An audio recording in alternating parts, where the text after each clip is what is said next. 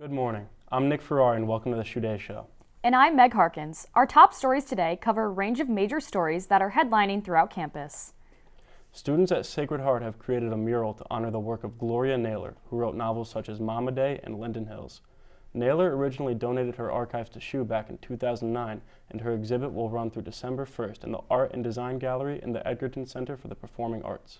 The university's 12th annual turkey drive happened throughout the month of November. Student government raised money to purchase Thanksgiving turkeys for local families in the Bridgeport area. The entire university community was able to donate, and they raised $14,928. Nick, did you participate? Well, I'm short about 1,000 turkeys, but I run the turkey trot every year. Well, it's nice that everyone participates in their own way. Welcoming prayer spaces are open to students, faculty, and staff of all different beliefs. SHU's Office of Mission Integration has made an interfaith prayer area to accommodate students and staff of varying beliefs. According to Maurice Nelson, our Chief Diversity and Inclusion Officer, these prayer rooms are the result of student and employee advocacy, and they align with inclusive excellence principles. The dance program held performances November 17th through the 19th. Performances featured SHU Inception Dance Crew, Dance Company, Dance Ensemble, and SHU Movement. These dances included both student-run and professionally choreographed and staged in all works of styles of dance. I went to a few of the shows, and they were amazing. I'll definitely be at next semester's. Sacred Heart's generous donations have made Dingle, Ireland a safer place. Citizens of Dingle live over an hour away from emergency rooms and hospitals, making it difficult for these civilians to get life-saving medical care. About 2 years ago, SHU's College of Health Professions devised a plan to help install much-needed automated defibrillators, also known as AEDs, around the remote town. These AEDs, combined with CPR, can save many lives. Meg, if you could study abroad anywhere in the world, where would you go? That's a great question. I would probably go to Greece because I've always wanted to go there. That's a solid pick, Meg. That is all we have for the SHU News today. We're going to take a quick break, but when we come back, Meg will be speaking to our very own Reverend Sarah Smith, the CEO and President of Nourish Bridgeport. Joining me now is Reverend Sarah Smith, the Senior Minister at the United Congregational Church of Bridgeport and the Protestant Chaplain at Sacred Heart. Reverend Smith is at the forefront of charitable initiatives. She is also the President, CEO, and founder of Nourish Bridgeport Incorporated, an organization dedicated to providing direct service programs to those in need throughout Bridgeport. Reverend Sarah, thank you for joining us. You're very welcome. Thank you for having me. Of course, we're happy to have you. My first question, giving is a huge part of the holiday season. How can you share some of the special initiatives and programs that Nourish Bridgeport undertakes during this time to spread joy and support in the community? Well, we call this the crazy, chaotic, wonderful time. One, people tends to be more generous, and then they notice the needs. So my job is to make sure we get the two matched up. But one of the things we just finished was what we call Feast in a Box. And we literally collected from all over Fairfield County and beyond everything our families, because we have one of the largest pantries in Bridgeport, and so we have all these families, and a turkey's expensive, plus all the yummy sides and everything. I can go buy them.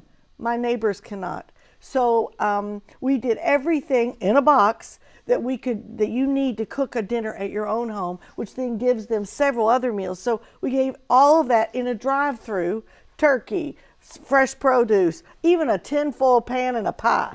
And we did that to 500 families in less than 3 hours. It was like crazy, but wonderful. And then that will equal about 5,000 meals. Wow. And so it's part of that giving. That's a great American tradition, is that meal.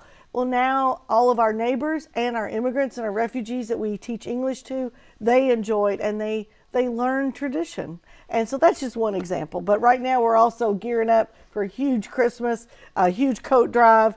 For our homeless friends, we're collecting hats and scarves and gloves, and you name it. It's crazy, but it's wonderful. Yeah. And you know you're making a huge difference too. Well, yes, great. And that's what you have to do it for. You have to do it for the people that we know, and by name, our neighbors, because we're the grocery store for the neighborhood, is our pantry. Wow. But we do it.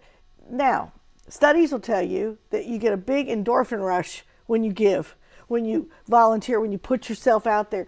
We can't do it for that.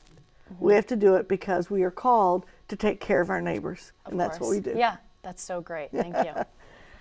The period between Thanksgiving and Christmas can be particularly challenging for many individuals and families. Mm-hmm. How does your organization address the unique needs that arise during this festive but sometimes difficult season? Well, I tell you, there's a lot of pressure because kids that might don't have even a good bed to sleep in. They see everything their other friends are, and they see it on TV and they want it. And then the parents like, I can't do it. So then it really pushes them down. It messes with their souls and their psyche. So what we try to do is match families up with people, and we adopt a family, and then we find out size and what they want and things like that, so we can bring a little bit to them. So my church adopts family, Nourish Bridgeport adopts family, like our English as second language. These are all refugees and immigrants from all over the world. They have nothing. They come here because they're trying to find a good, soft place to land. And so we have divided all of them up, and Fairfield Prep is going to help give a party and give everybody a blanket and pajamas and things that the parents don't have money for. Yeah. So then we have Santa, and our Santa's this our pantry lady, she's this black lady, and she's wonderful, and that sort of stretches everybody too, which is good. And we just meet them where they are and try to help them become part of these traditions. And the kids need something at Christmas. So then we go delivering. And so it's wonderful. But I tell you what I noticed is folks forget them in January. Mm-hmm. So we're smart enough to seize this generosity. It's the time of generosity, and I love it. But we have to seize it to make sure then we have some food and some stuff to take care of them in January, because the generosity drives up. Yeah. And that's what I try to stress to our givers. Hey, they're going to be cold and hungry in January and February, so don't forget about them. Because we cannot make it about ourselves. Absolutely. I know in high school we would do a stocking drive, and I always loved that. That was like the best time of the year. Yeah. So great. Way back when I was in high school, which is just a few decades ago, and we would do that, and I didn't have a lot growing up, but I had everything I needed. Yeah. And I took it out into the hills there where I grew up in Kentucky, and saw people with wax paper windows and dirt floors. And I think I learned the power when we did our toy drive, and when I was president of student council and all these things. I learned then the power of giving. Yeah. And you can't do that and not be changed. And I think more people don't do it because they don't want to change. Mm-hmm. So I always push them, hey, stick it out there. Stick it out there. You make a world of difference. And whether it's a gift or a stocking or food, it's not, all of those are tools to build a bridge. Yeah. I tell our pantry, yes, we give them groceries. 3,000 people go through our pantry a week. 14,000 pounds of food every week. Forget the holidays, every week. But it's a tool. The food is a tool to build a bridge between the giver and the receiver, and to let people who are poor to know that people care about them. That lasts longer than the food. Mm-hmm. That lasts longer than a Christmas present, is that someone cared. Yeah. And we need that connection. Yeah. And when we've lost that as humanity. So I think for me, I don't just do a food pantry and the ESL, and we have the first indoor hydroponic farm in the state of Connecticut, dedicated to get fresh, healthy vegetables and produce to poor folks. But all that is a tool to build community. Absolutely. And that's what you, me, and the people we serve need. So great. Thank you. Thank you. As someone deeply involved in both the church and charitable efforts, how do you see the holiday season influencing the sense of community and generosity among your congregation and the broader community? That's a great question, because my particular religious faith compels me to do this.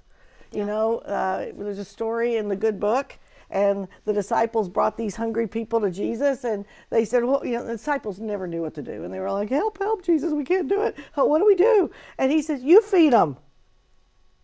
And so I take that very seriously, that we're called to feed people. We're called to feed them with love, with hope, with food, with anything that they need to help round out their lived experience, to help build hope in them.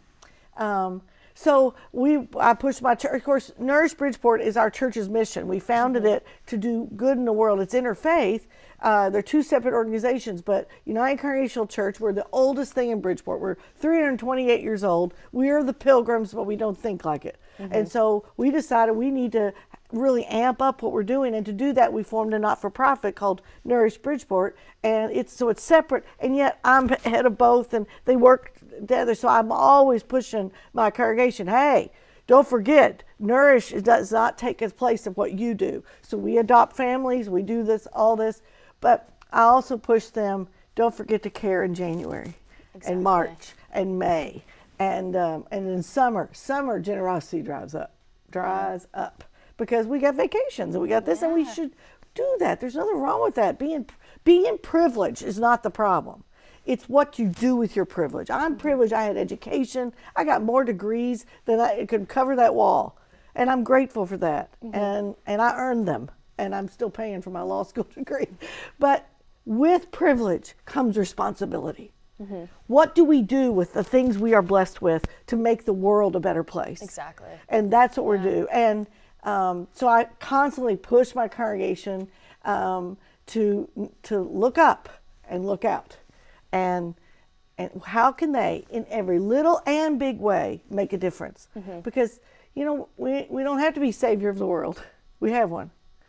We have to do what we're called to do for that person right there in front of us. And it's this is the best job anybody could ever have, is what I get to do. Yeah, that is so great.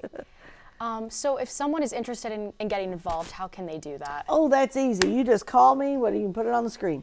But it's Nourish Bridgeport Incorporated. We got a website. You can get on there to volunteer. We always need help. We have great volunteers from Sacred Heart. They come every Wednesday and help. The Sacred Heart women's basketball team comes. They collect money. We're doing balling for babies for our baby center next week at their game that they're going to win. They almost won last night. Bless their hearts. They tried so hard. We're going to get Fairfield next time. Anyway, I'm like their biggest fan. But the women's bowling team, the women's wrestling team, we have all these groups of Sacred Heart come, and we're recipients of the food drives. So we have a great relationship. So jump in on that. Come and volunteer. You can't give a hungry person a plate of food and stay the same. So come and be changed. That's so great. That's awesome. Well, Reverend Sarah, we want to thank you for joining us. Oh, but I got one story. Oh, go ahead. Of course. This is a particular memory that I have. This man was named Jose. He was from somewhere else. He spoke very, very, actually, no English. It was the first time we opened our pantry. It was in this giving time. It was like between November and Christmas. And we were patting ourselves on the back. We had opened a pantry, and look at all the people we fed, and we had put it in bags, and we were so proud of ourselves. There's nothing wrong with being proud of your work, but we had overdone it a bit. And this man that I now know as Jose ran in. He was poor and dirty, and he looked at me, and he's, El Pastor, El Pastor. Well, that was me, the pastor. And I knew I couldn't speak with him, so I got my assistant to translate. She knows Spanish.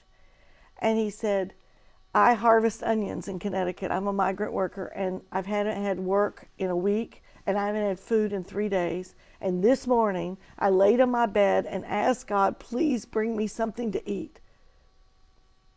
And he goes, and then in the afternoon, this man ran and says, Jose, go to that church down there. They have food. And he ran in, and we were closed. And so we gathered all this stuff, and we just kind of threw it in a box, anything we could. And Jose lifted that box. And he said, look what God did for me today. And I'll never forget that story, because it reminded me, I'm not the one doing this. That there's the spirit of the universe that compels us, but also gives us the strength to do this work. And Jose knew to thank God. I need to remember to thank God for this ability to give.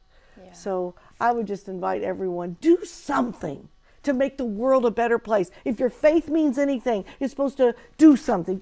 Take it and make a dent in this. We have enough hatred, enough fear. Do something out of love. Do something out of generosity. Do something to help somebody else lift their self and say, look what God did for me today because of you. Absolutely. Thank you for sharing. That's so great. Yeah. Well, thank you so much for joining us. Oh, thank you. Anytime. Of course. And back to you.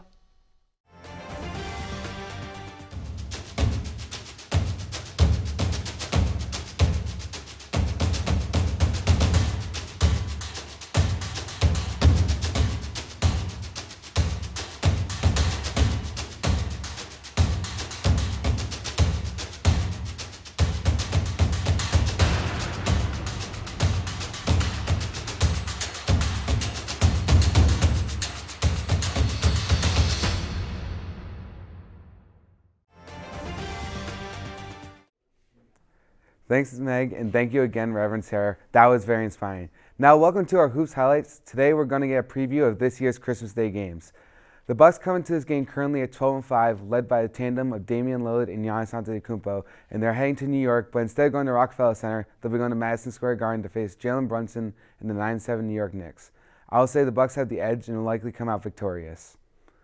While it might be cold in Denver, it definitely will not be cold on the court as arguably the greatest shooter of all time, Steph Curry and the Warriors, take on the defending champs, the Denver Nuggets.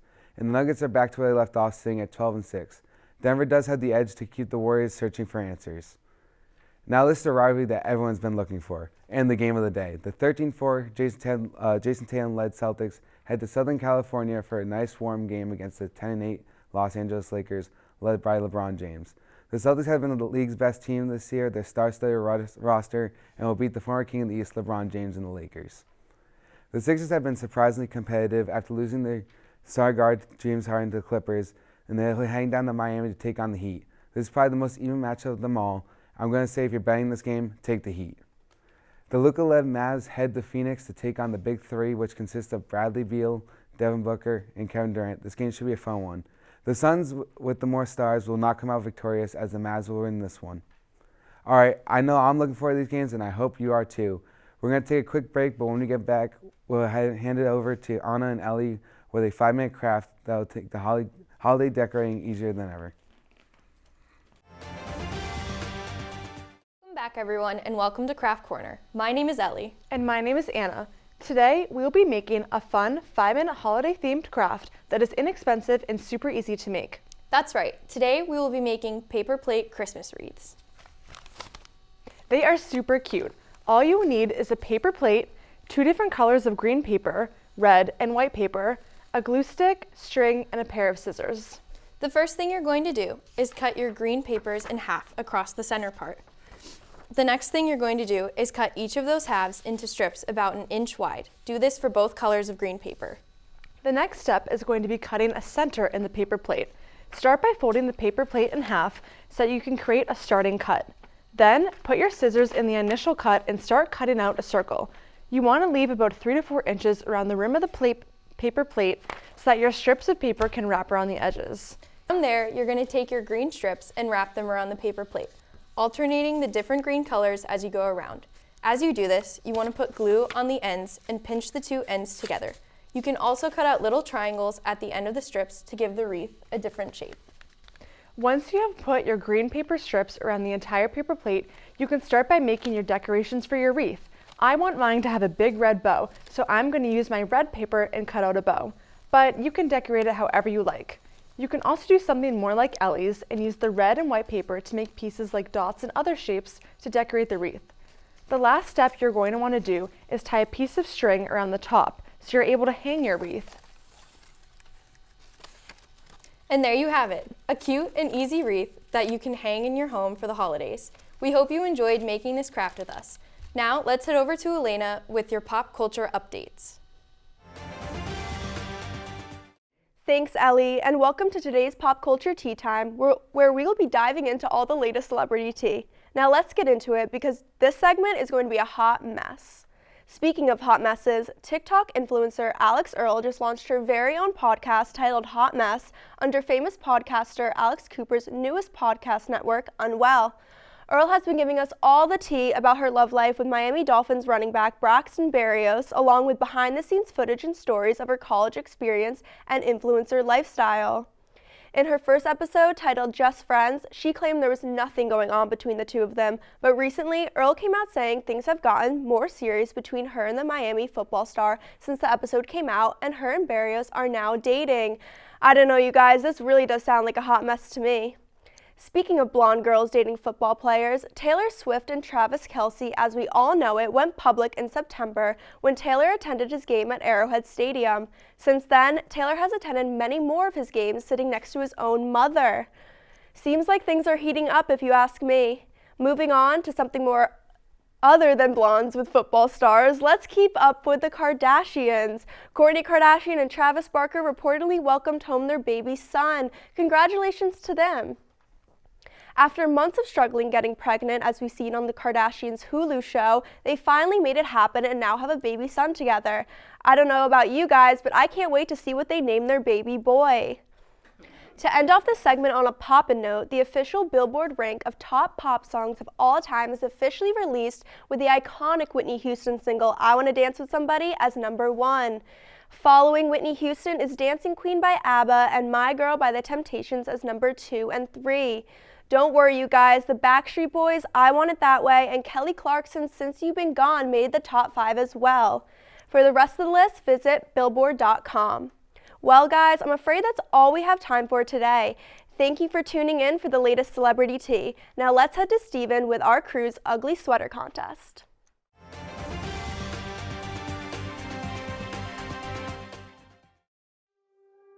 The pursuit of truth and knowledge, recognition of dignity and worth of every human being, promotion of the common good of society. We're always evolving. Your passions should always change, right? Not to say that you should throw away your old passion. You know, they root you, they make you who you are. If I ever want to progress in life, I know that I have to learn new things, be understanding of different cultures, different backgrounds, different interests. The lessons I learn at Sacred Heart can help me make a meaningful impact that it will lead me to do work that is good for every single person in the world. I am drawn to writing socially impactful pieces because theater, it speaks to broad audiences. They can learn from the piece, or they might sit there and say, I've been through that.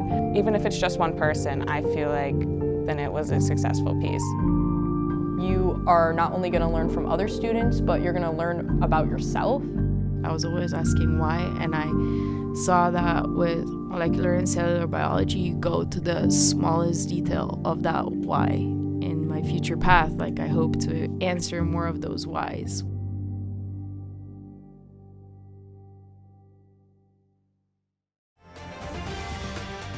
Wow, Elena, thank you so much for that segment. That was a hot mess. But let's bring it back to the Christmas spirit. So, ladies and gentlemen, after an eventful year filled with ups and downs, the holiday season is upon us once again. The time of happiness and joy, spending time with the ones we love. There are many traditions associated with this season, including decorating, baking cookies, giving, and of course, receiving presents. But we cannot forget about the ugly sweater. This year we've come together to display the ugliest sweaters we could find and see who wore it best. So we're gonna start off with Meg as our first one here. Okay, we got gingerbread, a little bow. Okay, is she killing it? Is she killing it? Oh, turn was a little stiff. Turn was a little stiff. Okay, here we go, Nick. Oh, he's got a blazer on. Look at the stash. Okay, the stash. Okay, the Santa with the golf. I mean, pray to God. There you go. Okay, Anna, we got a little snowman. Is he smoking? No. That's bad, kids. Don't do that. If you're watching, don't do that. Okay, with the hands on the hips. Oh, the hair flip. She killed. Okay, look. Okay, Matt. Oh, okay, we got Elf. Everybody knows Elf. We love Will Ferrell here. Okay. Oh, okay. Hold on. Does it have lights? It has lights. It lights up people. It had like. I don't know how you're gonna beat that. I mean, the Grinch. The Grinch is definitely. Oh, she's waving. Okay. The Grinch. Okay, she really wants to see the Grinch. Okay, we got. Is that a goat? It is a goat. Is that for me? Am I the goat? Oh, it's very. Is that for me? Well, oh, he's got a bell. I didn't even hear the bell. Is that a scarf? She got a little scarf on there as well. Is that alcohol? Guys, that's bad. Don't drink alcohol, you people. Oh my God, we got a duo here. Okay, we got Snoopy. Oh, they skipping. Okay, they skip. Oh, we got the poses. Okay, all right. So guys, as you can see, we had so many different ugly sweaters. I mean, as you can see, I have one as well. I participated as well. This is Gregory. He's kind of soft. And so, oh, actually, guys, we have one more person. Come here. We have our professor. She got a little snowman. Okay, let me see. No. Okay. There it is. A snowman. I mean, listen, we got a lot of ugly sweaters in here. Now I guess we're gonna have to pick a winner, which is really hard, which is really, really difficult. But I mean, everyone's looking at me. They want to know who won. I mean, to be fair, like, we got a light up sweater. We also got a sweater promoting alcohol, which I don't approve of. And we did have a duo. We had a duo. I mean, I think we're gonna have to give it to our duo. They skipped. They're having a good time. You know, we got Let It Glow. Everybody look at this. Oh, and he has lights on his sweater as well. Look at this. Okay, we have Ellie here. We got Snoopy and Woodstock. We got a nice little reindeer here. Okay, you're killing it. Listen, we're all in the holiday spirit. This is a wonderful season. So there you have it, our ugly sweaters. So let's see who had the, well, we already saw who had the worst sweater, guys. So as you can see, I mean, it's fine. I think we can all agree we have a clear winner, Ellie and Brendan. Give it up for Ellie and Brendan, everybody. Thank you. Yep. It's an honor. Of course. And now we're gonna cut to Darren Litzy to perform some holiday songs and get in the Christmas spirit. Good morning, everyone. Good to see all of you. My name is Darren Litzy. I am a professor in the music program here, and I'm going to be playing two of my favorite pieces to play this time of year that hopefully you will recognize. Here we go.